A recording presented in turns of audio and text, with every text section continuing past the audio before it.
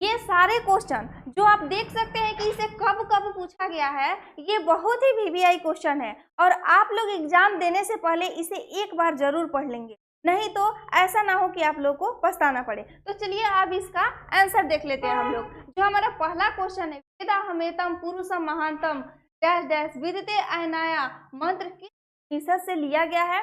ये जो है वो मंगलम पाठ का 5वां श्लोक है और इसको लिया गया है श्वेताश्वतर उपनिषद। याद रखिएगा आप लोग, ये मंगलम पाठ का बहुत ही वीवीआई क्वेश्चन है और आप लोग को इसे याद रखना है।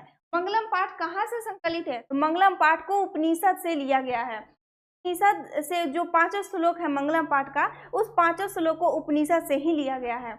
तो यहाँ पे हो जाएगा आपका ऑप्शन नंबर सी। अगला है अणोरणीयान महतो डैश डैश महिमान महात्मना मंत्र किस उपनिषद से लिया गया है? तो ये दूसरा श्लोक है जिसको कठ उपनिषद से लिया गया है। तो आपको देखना ये है कि कठ उपनिषद जो है वो ऑप्शन बी में है, तो बी हो जाएगा। और यहाँ पे आप देख सकते हैं कि 2018 में इसे पूछा और 2018 में सारे के सारे सब्जेक्ट बहुत ही टॉप क्वेश्चन पूछे गए थे।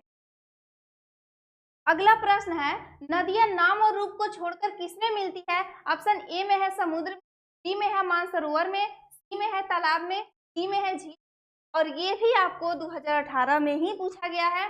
तो बताइए जल्दी कि इसका क्या होगा? तो नदियां जो है वो अपना नाम और रूप को छोड़कर जाकर समुद्र में विलीन हो जाती है। ऑप्शन ए हो जाएगा।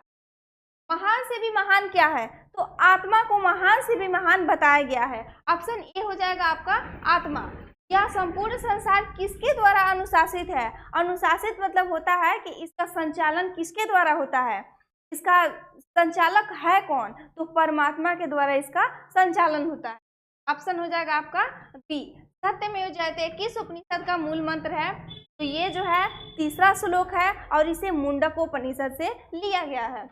ये हो जाएगा ऑप्शन सी।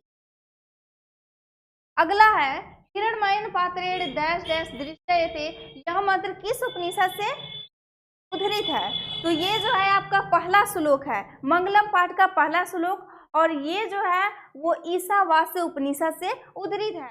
तो ईशावास्य उपनिषद ऑप्शन ए है, तो आपका हो जाएगा ऑप्शन ए।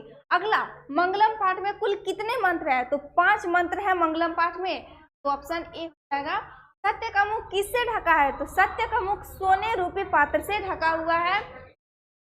तो यहाँ पे हो जाएगा हिरण्मयन पात्र से, क्योंकि इसका अर्थ होता है हिरण्मयन मतलब सोना होता है, हिरण्मय मतलब सोना होता है। तो आपका हो जाएगा बी। सत्यमेव जयते डैश डैश किस उपनिषद से संकलित है? तो ये तीसरा श्लोक है जो मुंडकोपनिषद से संकलित है। Option B. छोटे से भी छोटा और बड़े से भी बड़ा क्या है?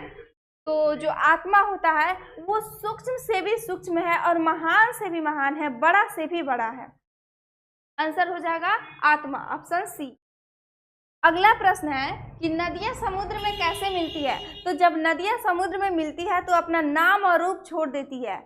वो नदी नदी नहीं रह जाती, वो समुद्र का रूप ले लेती है। इसलिए इसका हो जाएगा ऑप्शन नंबर डी कि नाम और रूप को छोड़कर समुद्र में जाकर मिल जाती है।